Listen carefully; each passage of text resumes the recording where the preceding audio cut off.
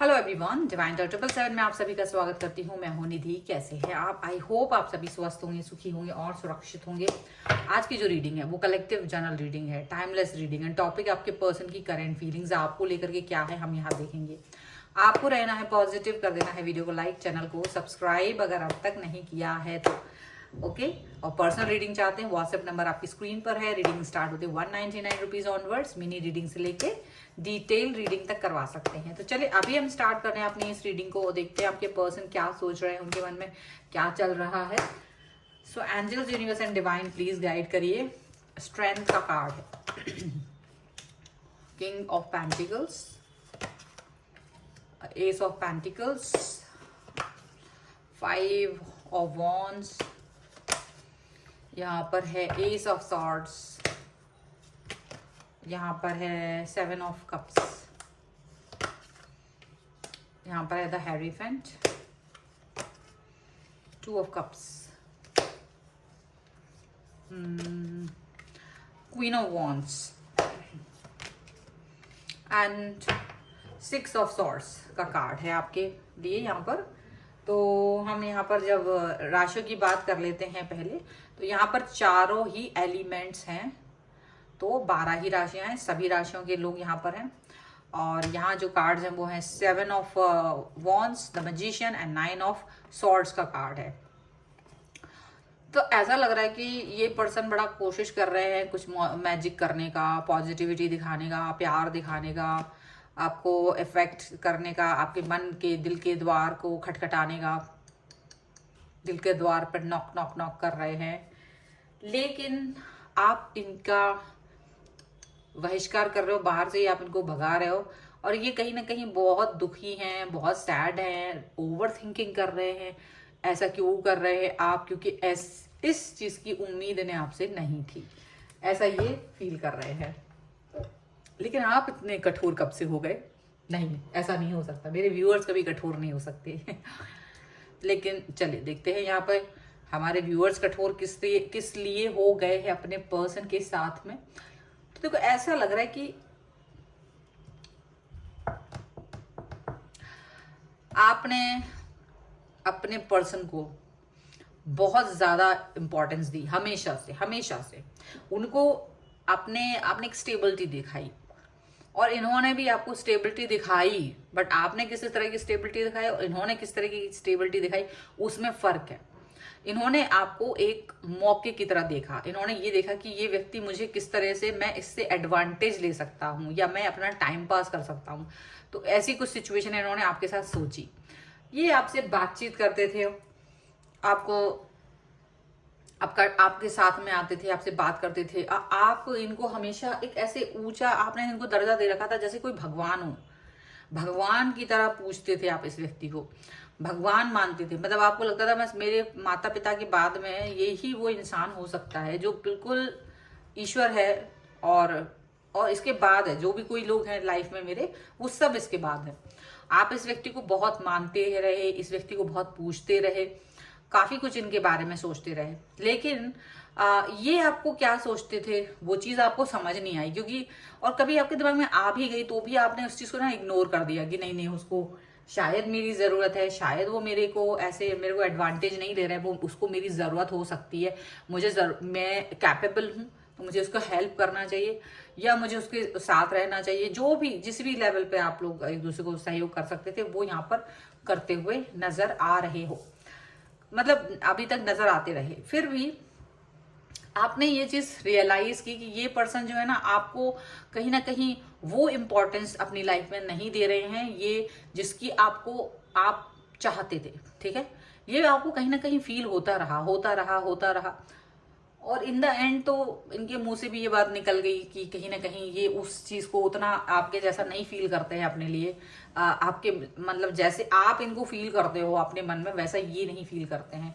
और ये बस आपको अपना एक बहुत अच्छा मित्र, एक बहुत अच्छा व्यक्ति मानते हैं और आप इनको प्यार करते हो, ये जानते हैं। तो मतलब कहीं ना कहीं एक तरफा प्यार जैसा आपको फील करा दिया कि भाई तुम्हें जो प्यार है वो एक तरफा है और मैं तुम्हें वो प्यार नहीं दे सकता, या मैं उस प्यार को मतलब मेरी तरफ से वो प्यार नहीं आ सकता। कुछ तो इस तरह की चीजें इन्होंने कही। अचानक से बेवफाई की इन्होंने आपसे, और इस बेवफाई को आप कभी सहन नहीं कर पाए और ऐसा लग रहा है कि फिर भी बड़ी मुश्किल से आप इस चीज़ से बाहर निकले हैं, बड़ी मुश्किल से आप इस चीज़ से संभले हैं और आपको यही लगा कि चलो मेरी ही गलती थी, शायद मैंने एक ऐसे इंसान पर विश्वास किया, एक ऐसे इंसान पर मैंने ट्रस्ट किया जो इस ट्रस्ट के लायक ही नहीं था। आपने अपने आप को कंट्रोल किया है, उस लड़ाइयों से अपने आप को बाहर निकाला जहां ये आपको सिर्फ अपना एडवांटेज देखते थे और इनकी जो स्ट्रेट फॉरवर्ड थॉट वो इन द एंड इनके सामने आपके सामने आ गई। पता है लेकिन ये स्ट्रेट फॉरवर्ड थॉट आपके सामने क्यों आई? क्योंकि उन्हें ये लगने लगा कि आप इनको छोड़ के कहीं नहीं जा सकते, आप अपने जीवन की कल्पना इनके बगैर नहीं कर सकते हो। तो इस व्यक्ति को ये चीज तब लगेगी जब ये पर्सन मेरे बगैर तो कहीं जी नहीं सकता, जब नहीं जी सकता है तो कहां जाएगा। तो जब ऐसी सोच इनके मन में आई तो इन्होंने ये बात बोल दी, इन्हें लगा कि मैं ये बोल भी दूं तो भी ये पर्सन मेरे ही इर्द गिर्द रहेगा, तो ये पर्सन मेरे अलावा कहीं नहीं जाएगा। लेकिन आप गए तो नहीं भले, लेकिन आप इनके इर्द गिर्द भी रहे, लेकिन आपका मन धीरे धीरे धीरे धीरे धीरे धीरे आपके कंट्रोल में आ गया है। धीरे धीरे आप अपने मन के कंट्रोल से निकल के आपने मन को कंट्रोल में कर दिया है इस व्यक्ति के लिए। जितना आप इस व्यक्ति के लिए सोचते थे एक पॉइंट पर, आज आपने शून्यता ला दी अपने अंदर इस व्यक्ति को लेकर के। आप बहुत नहीं सोच रहे हो, यहाँ पर ऐसा लग रहा है। और आपने अपने ऊपर वर्क करना शुरू किया, आपने अपने ऊपर सेल्फ लव, चाहे अब आप कुछ भी हो जाए आप अपने ऊपर काम करते हो, सेल्फ लव करना शुरू किया। आप अपनी लाइफ में और ऑप्शंस को ढूंढने की कोशिश नहीं कर रहे हो, लेकिन अपनी लाइफ में एक ऐसा प्यार ढूंढने की कोशिश कर रहे हो जो सच्चा प्यार हो, जो सचमुच आपको प्यार दे, जो सच्चे प्यार को अपने आपके सच्चे प्यार को एक्सेप्ट करे। तो कहीं ना कहीं आप अपनी लाइफ में ग्रो कर रहे हो, ऑनेस्ट हो, क्योंकि आप किसी और व्यक्ति का दिल नहीं तोड़ रहे। आपने ये नहीं किया कि इस व्यक्ति के हरकतों से दुखी होकर आप किसी और व्यक्ति के पास जाते, उसके साथ अपने आप को थोड़ा टाइम पास करते। ये विचार आपके दिमाग में आया, लेकिन आपने इस विचार को आगे नहीं बढ़ाया, क्योंकि आप किसी और को दुख नहीं दे सकते थे, क्योंकि आपको लगा ये थोड़ी सी दिनों में मैं संभल जाऊंगी या संभल जाऊंगा। बट अब जो भी व्यक्ति मेरी लाइफ में आया वो एकदम उसका प्यार सच्चा हो मेरे लिए। आपने इनसे डिस्टेंस बना ली जिसकी इन्हें उम्मीद नहीं थी, जिसकी इनको उम्मीद नहीं थी। और आपने यानी ये सोचते थे ना कि आप इनके बगैर रह नहीं सकते, लेकिन आपने इनको दिखा दिया कि भाई तुम्हारे बगैर मैं रह सकती हूँ या रह सकता हूँ। ऐसी कोई भी बड़ी बात है, जहां मुझे प्यार ही नहीं मिले वहां रहने से और ना रहने से कोई मतलब नहीं बनता। तो आपने जब ये चीज दिखाई कि मैं तो आपके बगैर भी रह सकती हूँ या मैं रह सकता हूँ, तब जाकर के इनको ये चीज फील हुई कि ये क्या हो गया अचानक से।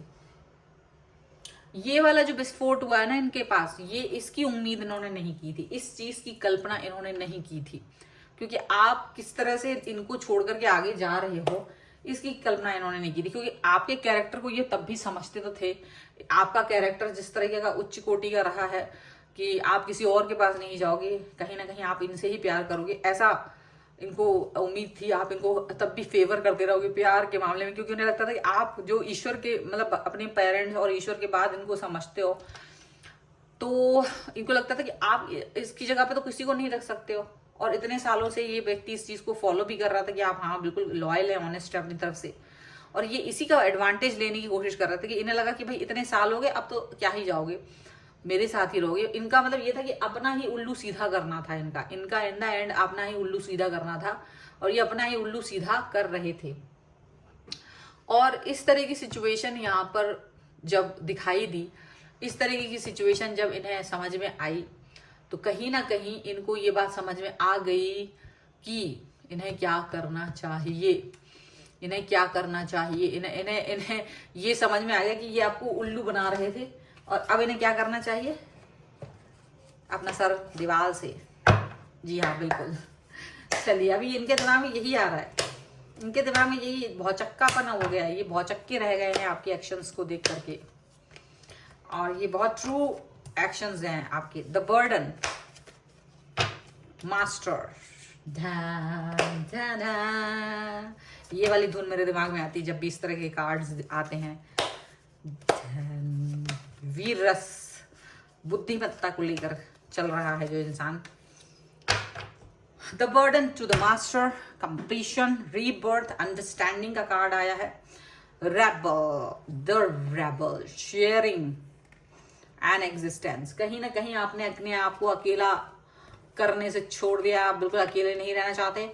शेयरिंग इज केयरिंग, बट किसी ऐसे इंसान के लिए नहीं जो सिर्फ शेयर करते रहे, मतलब वो चाहेगा कि मैं मेरे इस तरफ से सारी चीजें हों, एफर्ट्स हों, बट उसकी तरफ से कोई एफर्ट्स नहीं होंगे। ये पर्सन के लिए अब आप रेबल बन गए थे। रेबल वाली सिचुएशन उन्होंने कभी नहीं सोची थी कि आप रेबल बनेंगे, वो भी इनके लिए।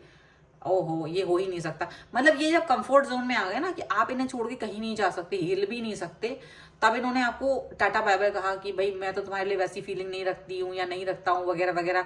और इन्हें लगा तुम तब भी इनको फेवर करोगे, प्यार दोगे। भाई आप इनकी सोच के और भी वही टाइटैनिक जैसे होता ना, टाइटैनिक इतनी जल्दी नहीं डूबेगा, और टाइटैनिक डूब गया।